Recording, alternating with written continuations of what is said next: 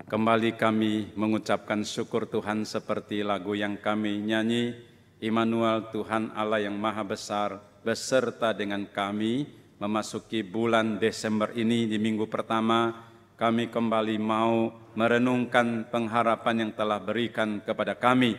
Tuhan berkati waktu ini supaya hati kami tertuju kepada Engkau, layakkan kuduskan hamba-Mu juga di dalam pelayanan pemberitaan firman ini. Segala kemuliaan kami kembalikan kepada Tuhan, dalam nama Tuhan Yesus kami berdoa. Amin. Saudara sekalian, mari kita membuka dua bagian Alkitab. Pertama dari Injil Lukas pasal yang keempat. Kita akan melihat dari ayat yang ke-16 sampai ayat yang ke-21. Saya akan bacakan untuk kita sekalian Lukas pasal yang keempat dari ayat ke-16 sampai 21. Demikian bunyi firman Tuhan, ia datang ke Nazaret tempat ia dibesarkan dan menurut kebiasaannya pada hari Sabat ia masuk ke rumah ibadat. Lalu berdiri hendak membaca dari Alkitab. Kepadanya diberikan kitab Nabi Yesaya dan setelah dibukanya ia menemukan nats di mana ada tertulis, Roh Tuhan ada padaku, oleh sebab ia telah mengurapi aku untuk menyampaikan kabar baik kepada orang-orang miskin. Dan ia telah mengutus aku untuk memberitakan pembebasan kepada orang-orang tawanan dan penglihatan bagi orang-orang miskin. Untuk membebaskan orang-orang yang tertindas, untuk memberitakan tahun rahmat Tuhan telah datang. Kemudian ia menutup kitab itu, memberikannya kembali kepada pejabat lalu duduk, dan mata semua orang dalam rumah ibadah itu tertuju kepadanya. Lalu ia memulai mengajar mereka, katanya, pada hari ini genaplah nats ini sewaktu kamu mendengarnya. Bagian kedua dari Injil Yohanes pasal ke-14. Ayat 1 sampai ayat yang ke-7. Sekalian demikian bunyi firman Tuhan Yohanes pasal ke-14 dari ayat pertama sampai ke-7. Janganlah gelisah hatimu, percayalah kepada Allah, percayalah juga kepadaku. Di rumah Bapakku banyak tempat tinggal, jika tidak demikian tentu aku mengatakannya kepadamu. Sebab aku pergi ke situ untuk menyediakan tempat bagimu, dan apabila aku telah pergi ke situ dan telah menyediakan tempat bagimu, aku akan datang kembali dan membawa kamu ke tempatku, supaya di tempat di mana aku berada, kamu pun berada. Dan kemana aku pergi, kamu tahu jalan ke situ. Kata Thomas kepadanya, Tuhan, kami tidak tahu kemana engkau pergi, jadi bagaimana kami tahu jalan ke situ? Kata Yesus kepadanya, akulah jalan, kebenaran, dan hidup. Tidak ada seorang pun yang datang kepadaku kalau tidak melalui aku. Sekiranya kamu mengenal aku, pasti kamu juga mengenal Bapakku. Sekarang ini kamu mengenal Dia dan kamu telah melihat Dia. Sekalian, tema kita pada hari ini yaitu tentang eternal hope for His unseen people. Sekalian, seorang penulis Kristen yang terkenal namanya Timothy Keller. Dia dalam satu bukunya yang berjudul Making Sense of God, dia mengatakan sekalian bahwa hidup manusia yang ada di dalam dunia ini adalah hidup yang membutuhkan harapan. Dan di dalam analisa dia tentang satu survei yang diadakan di Amerika, hasil survei itu mengatakan sekalian, angka tingkat bunuh diri di Amerika meningkat pada kurun waktu 30 tahun terakhir. Meningkat 24% dari waktu sebelumnya dalam kurun waktu 1999 sampai 2014. Dan para analis diminta menjelaskan apa faktor utama daripada kejadian pembunuhan ini. Sekalian, secara umum analis mengatakan karena masalah kekurangan pekerjaan dan juga tekanan-tekanan ekonomi mengakibatkan disebut dengan angka bunuh diri itu meningkat. Dan kesimpulannya itu adalah angka ini meningkat karena masyarakat waktu itu hidup rasanya tidak ada harapan. Saudara sekalian, berbagai survei juga diadakan di Amerika dan di Eropa pada umumnya menunjukkan bahwa masyarakat di Eropa maupun di Amerika mengalami penurunan keyakinan mereka akan masa depan mereka yang baik. Atau dengan arti lain, masyarakat di Amerika termasuk juga di Eropa itu pada umumnya mengalami suatu penurunan tingkat pengharapan mereka akan masa depan hidup mereka. Para analis pun bertanya sekalian, mengapa hal ini bisa terjadi? Karena kita sudah memasuki satu masa zaman yang disebut dengan masa kemajuan.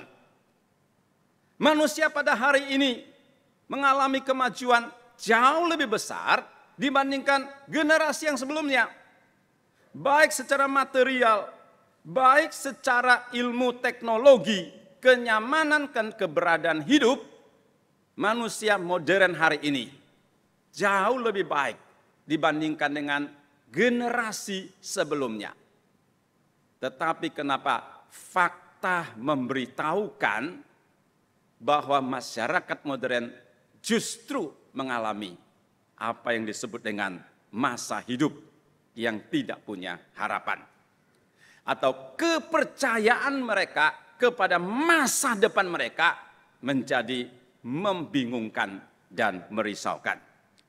Saudara sekalian, ini juga bukan masalah di Amerika, di Eropa, tempat yang jauh di sana. Saudara sekalian, kita yang tinggal di negara Indonesia, termasuk saudara dan saya sedang hidup pada hari ini sekalian, itu juga mempunyai pergumulan dan juga mempunyai permasalahan yang sama. Pada saat kita tidak memiliki satu harapan hidup yang jelas, pada waktu kita tidak memiliki satu harapan hidup yang sangat kuat, maka kita akan merasakan hidup ini tidak ada maknanya. Kita akan kehilangan arah, tujuan, fokus hidup kita. Kita tidak tahu kenapa kita hidup. Kita tidak tahu kenapa kita bekerja. Tujuan akhirnya apa, kemana saudara sekalian. Kalau itu tidak jelas, itu menjadikan hidup kita bimbang, ragu, dan penuh dengan kegelisahan. Sekalian, pengharapan merupakan satu faktor hidup yang sangat menentukan hati, sikap hidup manusia terhadap realita ini. Ada satu ilustrasi. Dua wanita yang sama, dengan usia yang sama, dengan karakter sifat yang hampir sama sekalian, ditempatkan di dalam satu perusahaan yang sama, dengan tugas pekerjaan yang sama, dengan kantor yang sama. Tetapi kepada perempuan yang pertama ini dikatakan, di akhir tahun ini dari segala pekerjaanmu itu kamu akan dikasih bonus 10 juta rupiah. 10 juta rupiah. Tetapi kepada wanita yang kedua dikatakan, di akhir tahun daripada kerjamu ini, kamu akan diberikan 10 miliar. 10 miliar. Bapak Ibu sekalian, bisa bedakan ya, 10 juta dengan 10 miliar. Bedanya di mana sekalian? Nolnya berbeda. Ya, nolnya berbeda.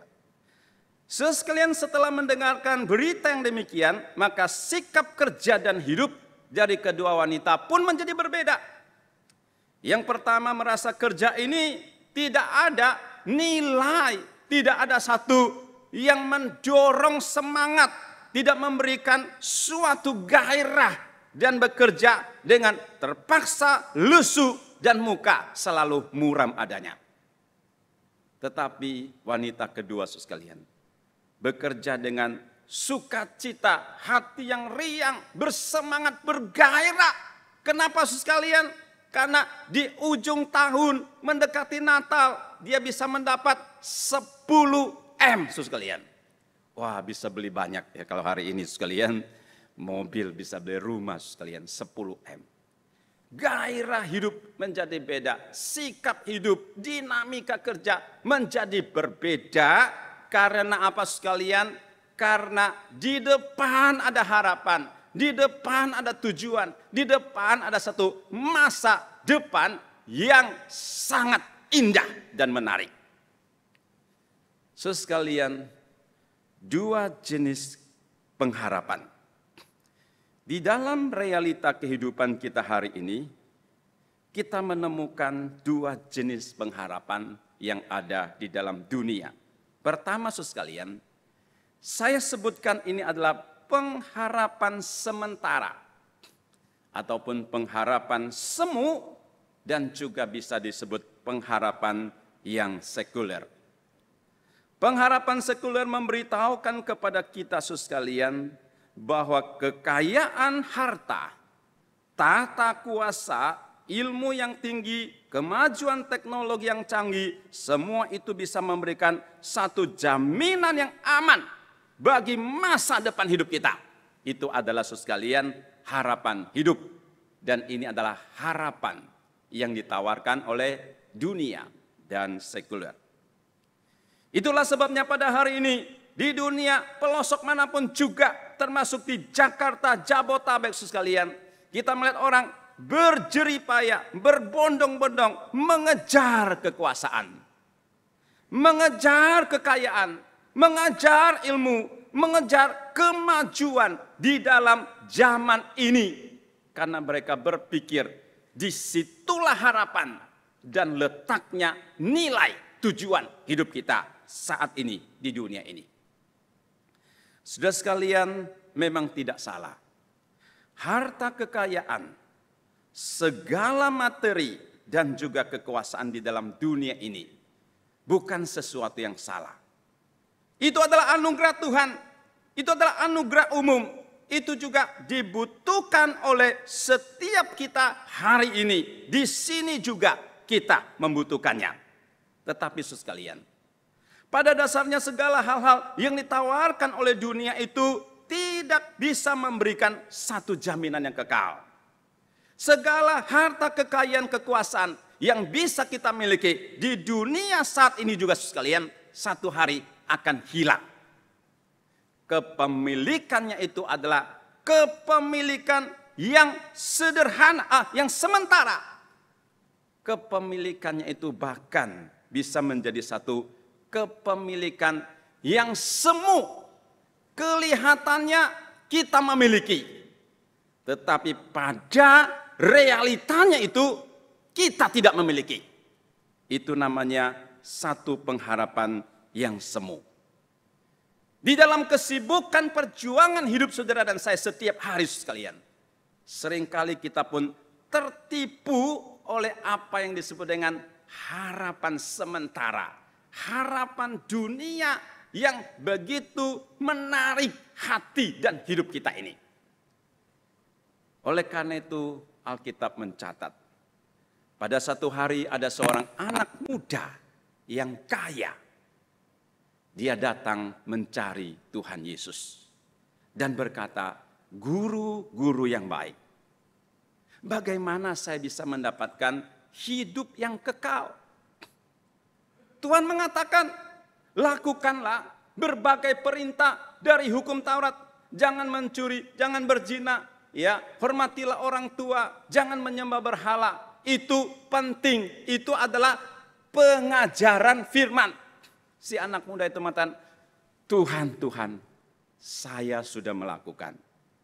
Bahkan sejak kecil, remaja, pemuda, saya ini diajar di dalam Taurat. Saya melakukan hukum Taurat. Luar biasa sekalian.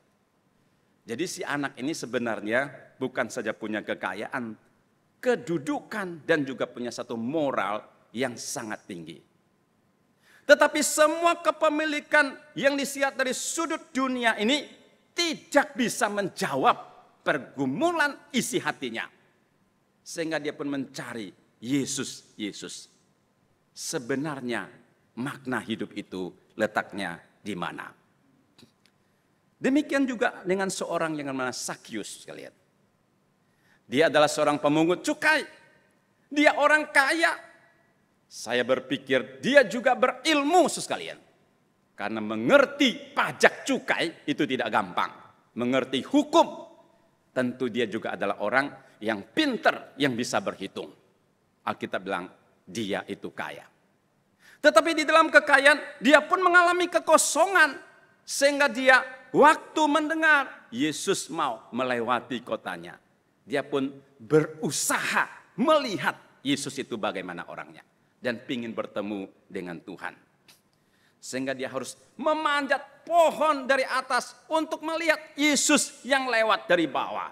Waktu Yesus melihat dia di atas, dikatakan, Sakyus turun. Hari ini saya akan menumpang di rumahmu. Saudara sekalian, kekayaan daripada Sakyus tidak bisa menjadi satu jaminan harapan hidup untuk dia.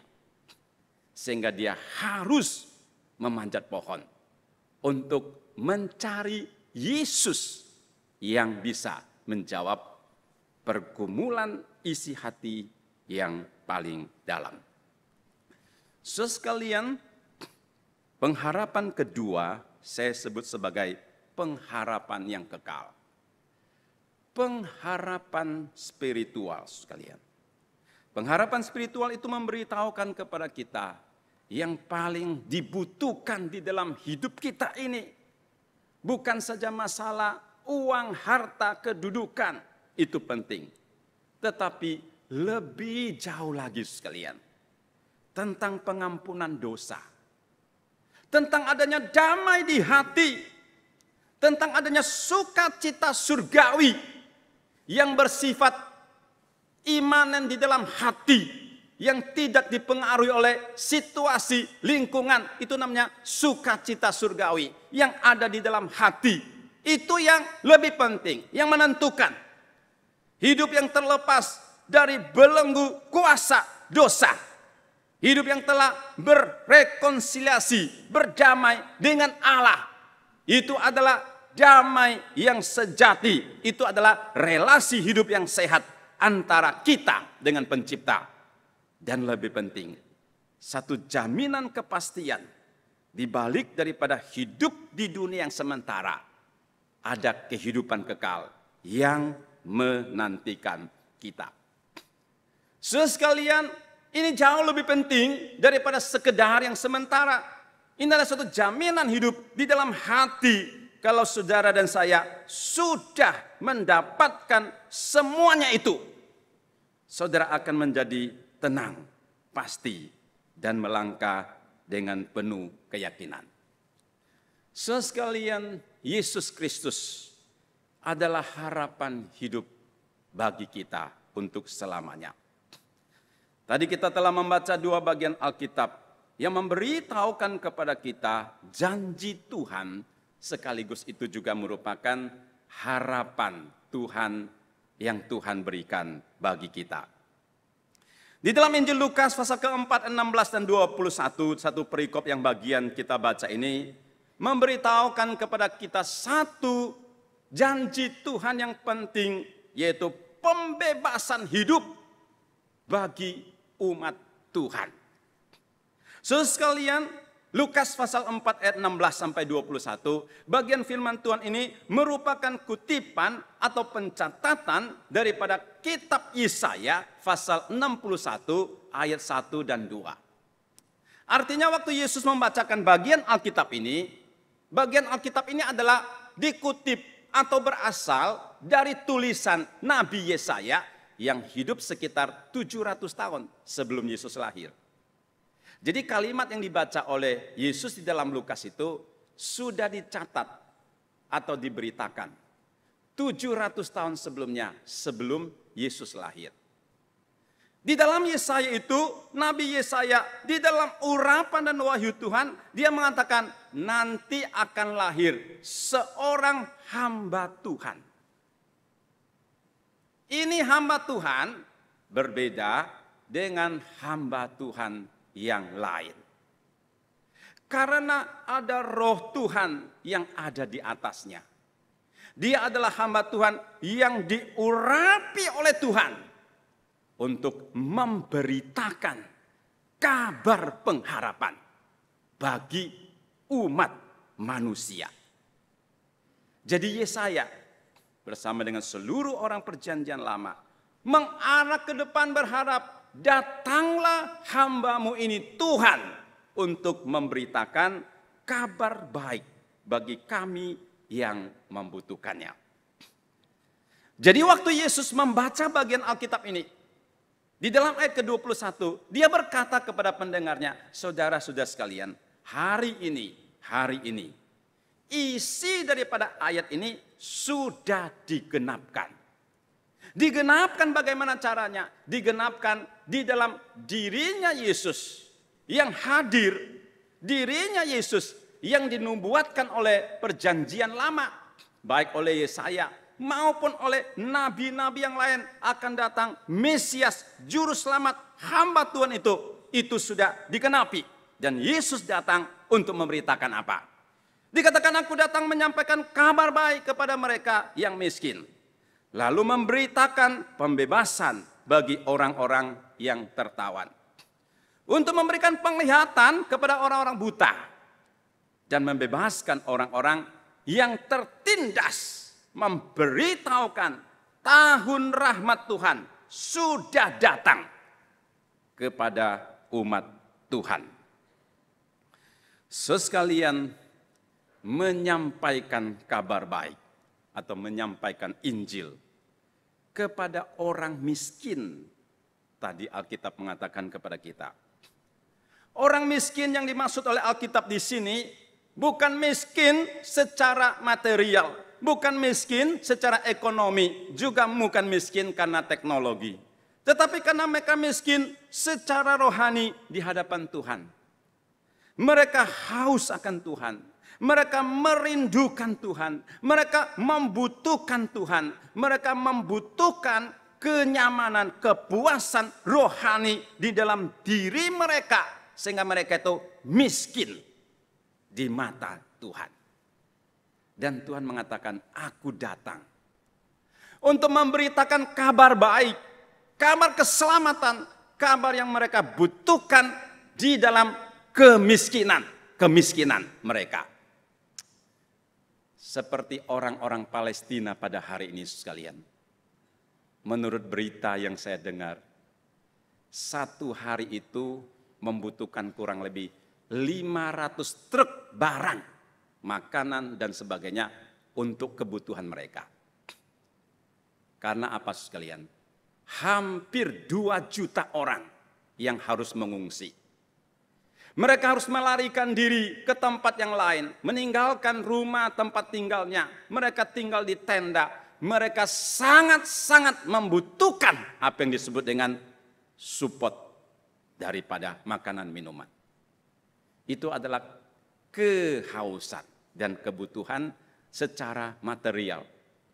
Tetapi Tuhan mengatakan, mereka miskin bukan karena barang-barang material, tetapi karena rindu butuh akan Tuhan. Dan Tuhan mengatakan, aku datang untuk menyampaikan kabar baik bagi mereka. Tuhan mengatakan, aku datang untuk memberikan pembebasan bagi orang-orang yang tertawan. Yang kaki tangannya diikat, yang mulutnya tidak bersuara, yang gerak-geriknya dibatasi. Itu namanya ditawan, dibelenggu, diikat, tidak bebas dan tidak bisa bergerak. Tetapi bukan oleh rantai daripada satu pemerintah. Bukan oleh kekuasaan satu rejim politik sekalian. Tetapi oleh kekuasaan dari dosa dan kejahatan. Hari ini sekalian, banyak orang bisa pergi kemana-mana dengan keleluasan yang luar biasa.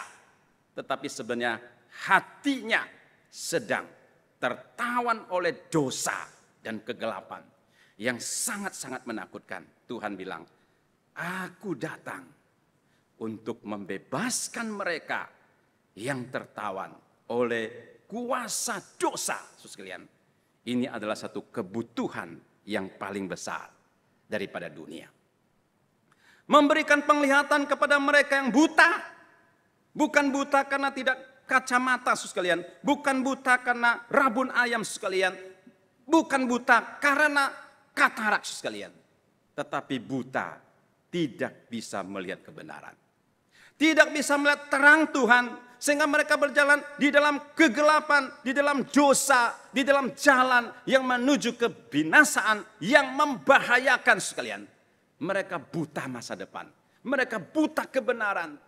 Saudara sekalian, itu yang menjadi kebutuhan setiap manusia. Di dalam hati yang paling dalam, terang Tuhan, kebenaran yang bisa menuntun mereka di jalan yang benar. Sehingga bisa melihat apa itu benar, apa itu salah. Bisa melihat apa itu terang dan apa itu gelap. Tuhan mengatakan, aku datang di tengah-tengah kamu untuk membukakan matamu. Sehingga engkau bisa melihat dengan jelas realita hidup dunia ini.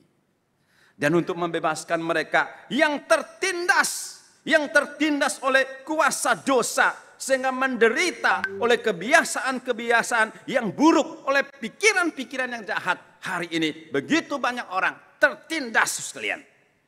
Bukan karena tidak ada kekuatan ekonomi, tetapi tidak berdaya terhadap segala tipu daya dosa. Dan Tuhan mengatakan, aku datang untuk memberikan kebebasan kepada mereka dan memberitahukan tahun rahmat, tahun anugerah, tahun kemurahan Tuhan sudah hadir di tengah-tengah umat Tuhan. Sekalian, pembebasan yang Tuhan berikan kepada kita adalah pembebasan spiritual, pembebasan semangat, pembebasan satu masa hidup yang ada harapan, yang ada sukacita yang sejati di dalam Tuhan. Yang kedua, saudara sekalian, Tuhan memberikan satu janji, jaminan tempat tinggal di rumah Bapa yang di surga.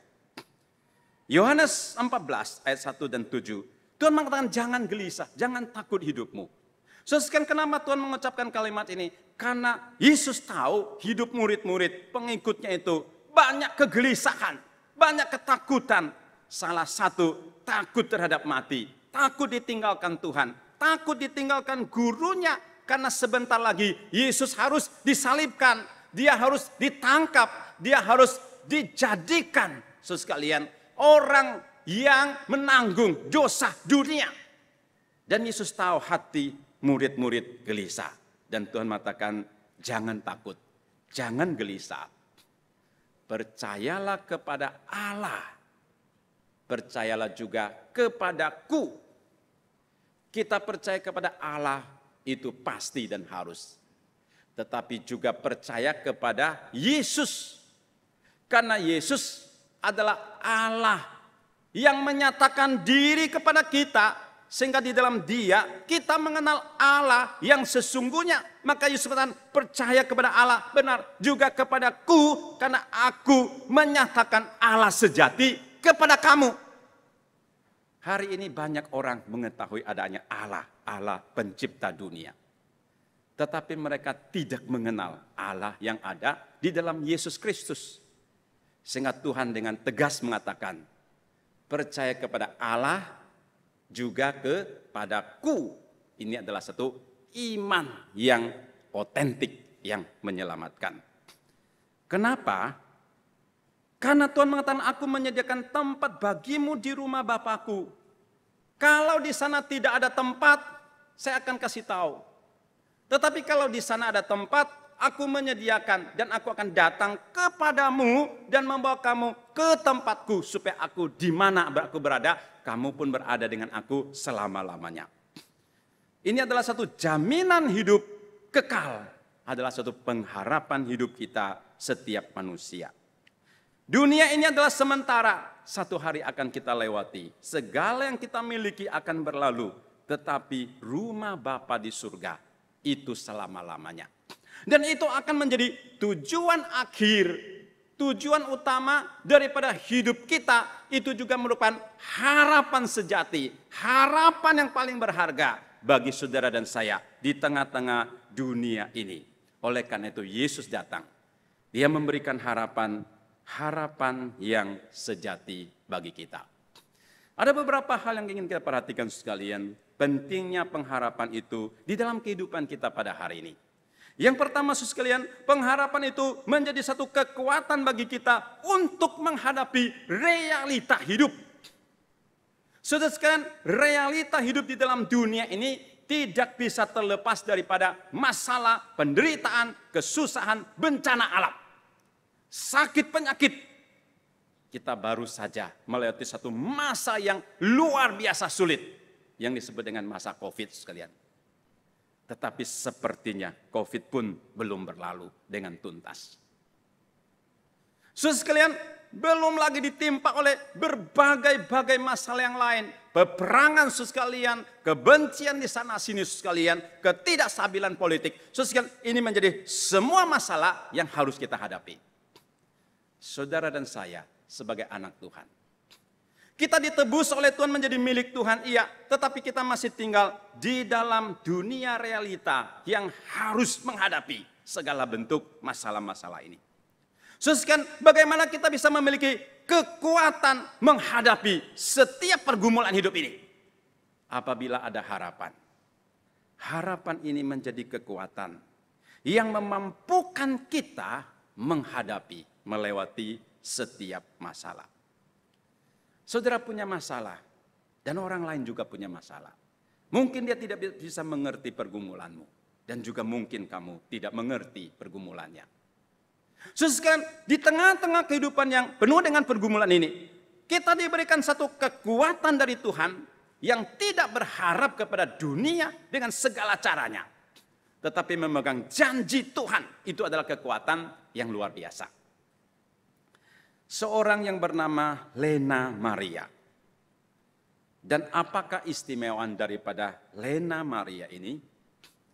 Dia lahir tanpa dua tangan, tapi punya dua kaki. Pada waktu dia hidup menjadi anak-anak remaja, dia merasa hidupnya itu tidak ada gunanya, tidak ada masa depan, dan tidak ada sukacita. Karena dia tidak mempunyai dua tangan untuk menulis seperti saudara dan saya, untuk makan, untuk menyetir, dan untuk melakukan lain-lain. Dia hanya punya dua kaki untuk berjalan. Dia merasa hidupnya aneh dan tidak ada harapan. Tetapi pada satu hari, setelah dia bertemu dengan Tuhan dan menjadikan Tuhan juru selamat dan Tuhan di dalam hidupnya, hidupnya itu berubah dan berbeda. Memang saudara sekalian, setelah dia percaya kepada Tuhan, bukan berarti langsung keluar dua tangan sekalian seperti kita. Keluar dua tangan sehat seperti kita. Setelah dia percaya kepada Tuhan, dia tetap puntung. Dua tangan tidak ada, hanya ada dua kaki. Tetapi yang berbeda apa sekalian? Semangat hidupnya, pengharapan hidupnya, sukacita daripada Tuhan. Sekalipun tidak punya dua tangan, tetapi dia melatih dua kakinya untuk menjalankan fungsi daripada dua tangan. Kamu punya dua tangan bisa menyetir. Saya punya dua tangan juga bisa menyetir. Kamu punya dua tangan bisa memasak. Saya juga punya dua tangan atau dua kaki untuk memasak. Dia melatih kakinya untuk melukis. Dia melatih kakinya untuk menjahit. Sehingga kemudian dia bisa hidup normal seperti manusia yang lain, sekalipun dia itu lain daripada manusia sehat tanpa dua tangan. Karena ada satu semangat, karena ada satu penyertaan Tuhan, ada satu harapan hidup di depan. Sekalipun sekarang sulit, sekalipun sekarang ada masalah, tetapi ini akan berlalu. Hidup saya, nyawa saya berharga di mata Tuhan. Itu menjadikan hidupnya itu penuh kekuatan dan penuh dengan harapan. Kedua saudara sekalian, menjadi kekuatan dalam hidup selalu bersyukur kepada Tuhan. Saudara sekalian, orang yang tidak memiliki kepastian dan harapan hidup hatinya itu selalu penuh dengan ketakutan. Penuh dengan kebimbangan, keraguan, dan kekosongan. Sekalipun di luar kelihatannya baik, sekalipun di luar kelihatannya mewah dan berada, tetapi di dalam kedalaman hati yang paling dalam itu sekalian, ada ketakutan, kegelisahan, kekosongan menghadapi realita, menghadapi masa depan, menghadapi kenyataan hidup ini. Tetapi sekalian, waktu hidupmu mempunyai kepastian, ada jaminan dari Tuhan dan ada tujuan yang jelas. Itu akan membawa kamu kepada ketenangan dan kepastian hidup. Sekalipun di luar banyak masalah, tetapi di dalam ada sukacita, ada pengharapan, ada hati yang bersyukur dan hati yang memuji menyembah Tuhan. Itulah sebabnya saudara sekalian. Di tengah-tengah dunia yang penuh dengan gejolak, termasuk juga negara kita saudara sekalian, menjelang pemilu dengan berbagai isu yang berkembang, dengan kondisi ekonomi yang tidak pasti saudara sekalian. Itu berbagai masalah di depan kita. Tetapi hati saudara dan hati saya tetap bisa tenang, tetap bisa datang ke rumah Tuhan, beribadah kepada Tuhan. Karena kita tahu di dalam Tuhan jaminannya itu lebih pasti, lebih sempurna dari segala sesuatu yang ada di luar, di dalam dunia ini. Itulah yang menjadikan hidup kita bisa bersyukur, berterima kasih, dan menyembah kepada Tuhan. Satu poin terakhir sekalian.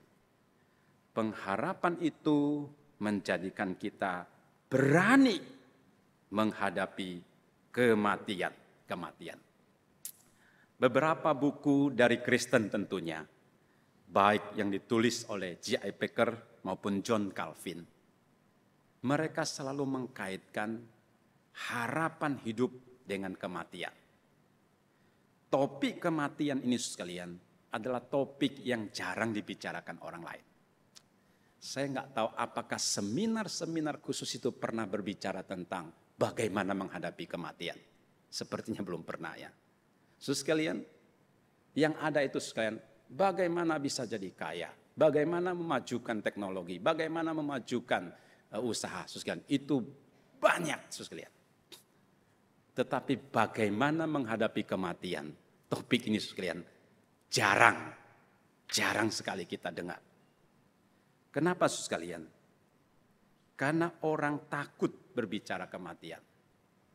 Dan banyak orang tidak tahu apakah yang akan terjadi di balik daripada kematian ini. Di balik daripada kematian ini masih ada apa? Dan kemana akan saya pergi? Kalau sudah tidak mendapatkan jawaban ini, selamanya hatimu tidak tenang dan tidak pasti. Saudara sekalian, Tuhan memberikan kita pengharapan hidup. Bukan saja di dunia ini, bukan saja secara material dan segala kemajuan teknologi, tetapi rumah Bapa yang di surga. Tuhan mengatakan, akulah jalan, kebenaran, dan hidup. Yang membawa kamu bertemu dengan Bapa dan tinggal di rumahnya untuk selama-lamanya. Ini merupakan satu janji pengharapan eskatologi. Eskatologi itu berbicara sesuatu yang ada di depan, di ujung daripada dunia ini. Itu namanya eskatologi yang ada di depan. Itu merupakan janji yang sangat pasti. Sehingga kita boleh ke rumah Bapa yang di surga. Jaminan ini sekalian memampukan kita untuk berani berbicara dan menghadapi kematian. Karena kita tahu kemana kita pergi di ujung daripada kematian ini. Sekalipun banyak orang tidak senang berbicara topik ini. Dan bahkan Banyak tempat-tempat umum sekalian, seperti lift. Nomornya itu 1, 2, 3, 4 itu dilompat menjadi 5 kan. Kadang-kadang ini 5 lantai, 4 lantai sekalian. Kenapa? Karena huruf 4 di dalam bahasa Mandarin itu sama se kan se itu hampir sama nadanya. Jadi orang takut mati di lantai 4 sekalian, lompat ke lantai 5. Saudara sekalian, bagaimanapun orang takut, tetapi itu satu realita. Di dalam sejarah umat manusia beribu-ribu tahun, semua orang yang paling berkuasa dan paling kaya tidak bisa menghindari realita ini. Semua akan dihadapi. Tetapi kita akan menjadi berani menghadapi kematian karena kita tahu di balik daripada kematian itu ada surga. Kematian adalah satu proses yang membawa kita ubah atau berpindah dari dunia sementara yang penuh dengan dosa untuk masuk ke dalam dunia surgawi yang penuh dengan harapan. Saudara, itu ada sukacita yang menjadikan kita berani menghadapi realita apapun yang terjadi karena kita tahu Tuhan beserta dengan kita. Tuhan berjalan di depan kita. Hari ini kita menyalakan lilin yang pertama sekalian. Ada 4 lilin. Artinya 4 kali minggu Advent 1, 2, 3 setelah itu kita menyambut hari Natal, hari kedatangan Tuhan. Yesus datang ke dalam dunia membawa harapan yang kekal, harapan pembebasan kita dari belenggu kuasa dosa, harapan jaminan hidup di balik dari dunia. Ada rumah Bapa di surga yang mulia. Saudara mendapatkannya, saudara mendapatkan semuanya. Saudara mendapatkan Yesus, saudara mendapatkan kepastian hidup, pengharapan yang teguh, dan seumur hidup saudara tidak akan menyesal. Dan seumur hidup saudara akan menikmati anugerah Tuhan yang begitu ajaib. Mohon Tuhan menolong kita dan mari kita masuk di dalam doa. Bapa kami yang bertata di dalam surga, di dalam Advent yang pertama ini kami merenungkan kedatangan-Mu Tuhan. Membawa harapan, bahkan harapan yang kekal bagi kami. Firman-Mu berbicara kepada kami, Engkau memberikan pembebasan bagi hidup kami dari belenggu kuasa dosa. Engkau memberikan jaminan harapan hidup yang kekal bersama dengan Allah Bapa selama-lamanya. Tuhan, kami tidak hanya mendengarkannya Tuhan, tetapi kami mengimaninya dan mengalami Tuhan di dalam kehidupan kami. Sehingga menjadi satu kekuatan, kemenangan hidup di tengah-tengah pergumulan dunia yang sulit ini. Dengarlah doa kami dan tanamkan firman-Mu di hati kami. Dalam nama Tuhan Yesus Kristus kami berdoa. Amin.